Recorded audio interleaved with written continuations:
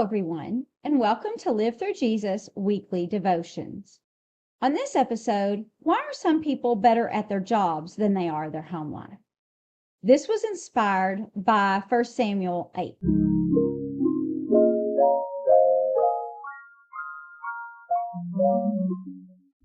So, have you ever met someone who is extremely competent at their job, but their home life is just a mess? These people are highly respected, they're successful at everything that they do, and they're great leaders at work. But at home, their wives don't respect or follow them, and neither do their children. And honestly, they probably don't feel very successful where their family is concerned. Maybe you know someone like this, and maybe that someone is you.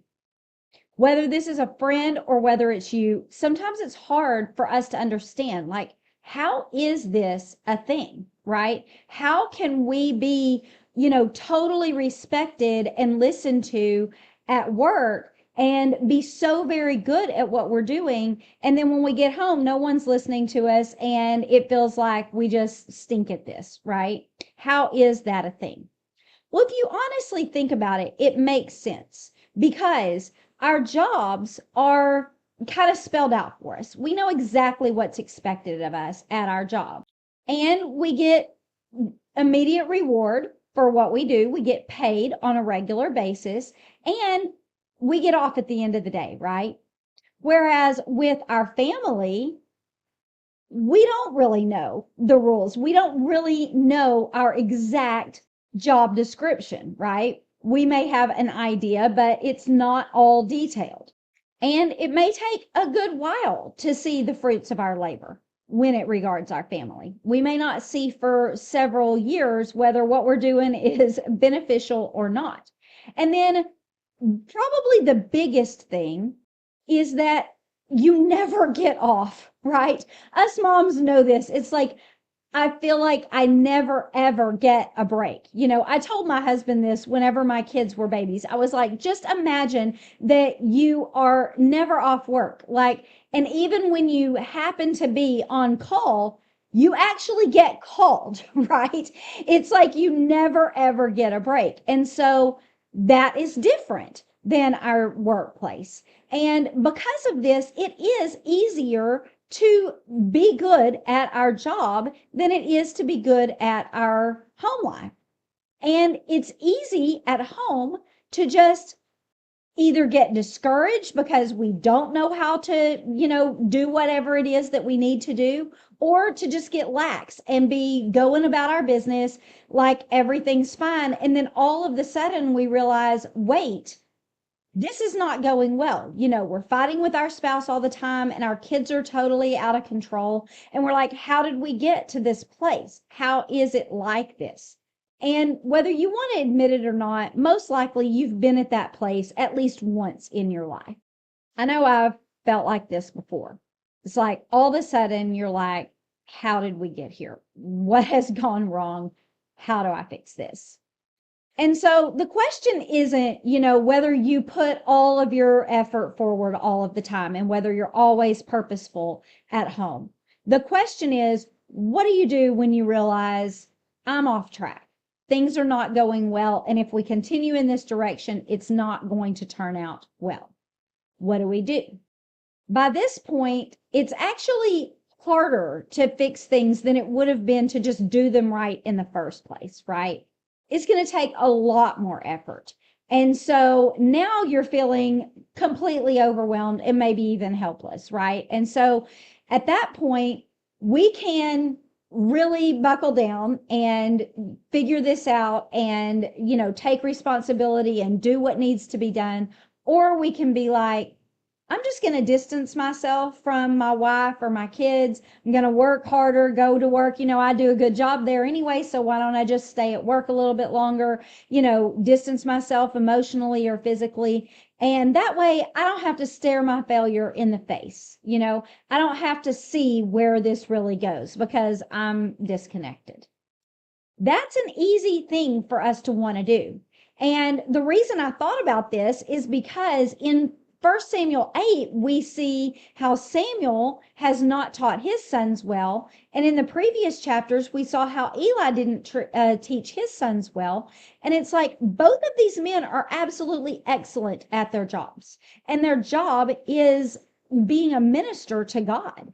And so they're faithful in their jobs. They do everything they're supposed to do, but they've somehow failed to teach that to their sons because their sons are not good people.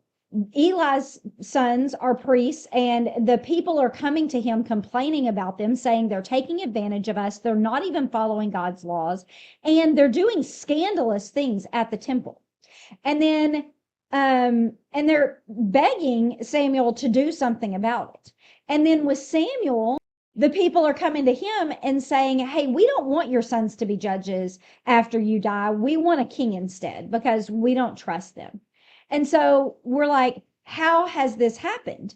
And instead of doing something about it, whenever they find out, Eli does confront his sons initially, but when they don't change their ways, he doesn't put a stop to it. He just lets them continue on until God himself has to do something about it. And then with Samuel, instead of, he did the thing that the distance thing. Samuel sent his sons to the furthest cities, basically, to judge all on their own. And when the people told him, hey, we don't like them as judges, they're not fair, and they're doing whatever is beneficial to them and not what's actually just as judges. And when the people told Samuel this, he should have pulled his sons closer, right? He should have been like, okay, I need to get a hold of this. I need them to get close to me so that I can, teach them and guide them. But instead, he's like, I just kind of write them off, leave them there, and then tries to persuade the people not to have a king, which doesn't work. And so I thought, that's kind of what we do sometimes. Sometimes we're like, I don't want to discipline them now, like Eli. I don't want to discipline them now because I'm going to have to do a really harsh punishment at this point because they've gotten way too far out of hand. And so I don't want to do that. And I also, kind of just want to distance myself from this. I just want to out of sight, out of mind. I just want to leave them to themselves, let them do what they do. And neither one of these things are good. And we can see in Eli and Samuel that it didn't work out well for them. But this is our tendency sometimes because we know it's going to take so much work to get this under control. And it's going to be hard. We're going to have to do things that we don't want to do. And so in Hebrews 12:11, it says, no chastening seems joyful at the present, but painful. Nevertheless, afterward, it yields peaceable fruit of righteousness to those who have been trained by it. And so it's not going to be pleasant. The punishment's not going to be pleasant for you. It's not going to be pleasant for your children, but it's necessary and it will yield good fruit if you will do it. And then in Proverbs 29:15, it says, the rod and rebuke give wisdom, but a child left to himself brings his mother shame. And so it's easy for us to just be apathetic and say, forget it. But we're going to be ashamed of that kid. That's what this is saying, is that later on, you're not going to want people to know that you're their mom because they're not good people, right? And that is the last thing that we want.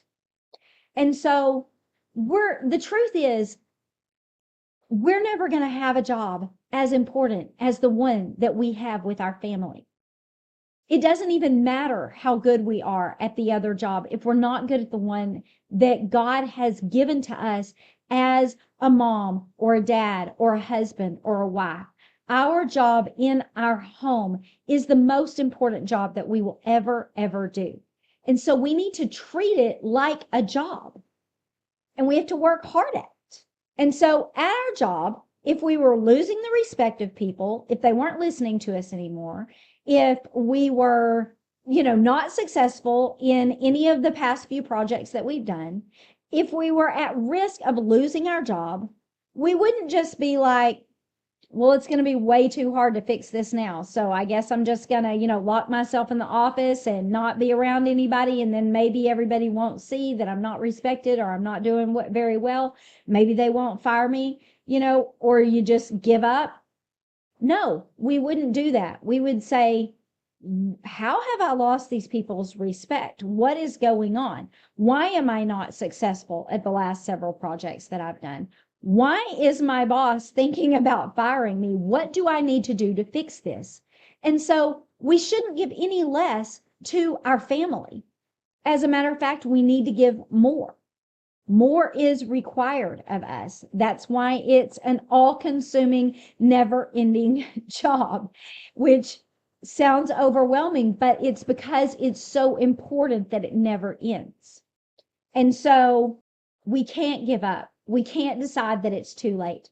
With God's help, we can fix the problem, but we have to just acknowledge it. Don't run away from it, and don't, cut yourself off from it, but say, I'm going to fix this. What do I need to do? And I think the very first step is to put God first in your life. The first thing that you need to do is make God first in your life. And so in Deuteronomy 6:4-5, it says, "Hear, O Israel, the Lord our God, the Lord is one. You shall love the Lord your God with all your heart, with all your soul, and with all your strength." That is your first job. That is your most important job, and the first step to helping your family, to doing a good job at the job of being a mom or a dad or a husband or a wife. That's your first order of business. And then after that, then in verse 6, it says, "These words which I command you today shall be in your heart. You shall teach them diligently to your children. Talk about them when you sit in your house, when you walk by the way, when you lie down, and when you rise up. You shall bind them as a sign on your hand, and they shall be as frontlets between your eyes. You shall write them on the doorposts of your house and on your gates." And so basically what he's saying is, make God the first priority in your life, the most important thing, and then make him the center of your family. And that means talking about him all the time. When you wake up and when you go to bed, when you're in your house and when you're walking around outside, when you're sitting, when you're standing. Let his words be in front of your eyes all the time, and, write his words on the gates of your home so that your home is identified by him. And if you will do that, if you will make God your first priority and then make him the center of your home, then you'll be good at your job. He will help you, and you will be able to fix whatever you have, messed up along the way, or you'll be able to do a good job in the first place so that you don't have to work double to fix your problems. And so it will be work, but I promise you it'll be the greatest reward for any kind of work that you've ever done if you will just do it. And so trust God and take your job seriously. It's the most important job you're ever going to have. So if you would like to read this as a blog post, then go to LivethruJesus.substack.com, and you can get the blog post emailed to you each week. And if you would like to read the study that inspired this, then go to LivethruJesus.substack.com, and you'll have to become a paid subscriber if you want to study it with me. That's the only thing that you have to become a paid subscriber to do. But it's only $6 a month or $60 a year, and then you can have all of the lessons emailed to you each week. You can also get all the previous lessons directly. You can just go there and look at each lesson that I have. It's a lot of information for the amount of money that you're getting.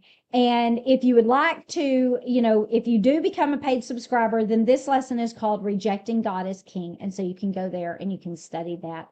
And then if you just want to listen to me teach that lesson, then you can go to my Live Through Jesus YouTube channel or podcast channel, and you can just listen to it for free there. So the only paid thing is if you actually want to study it on your own. So that's all I have for today, and I'll see you back next week. Thanks, and have a good day.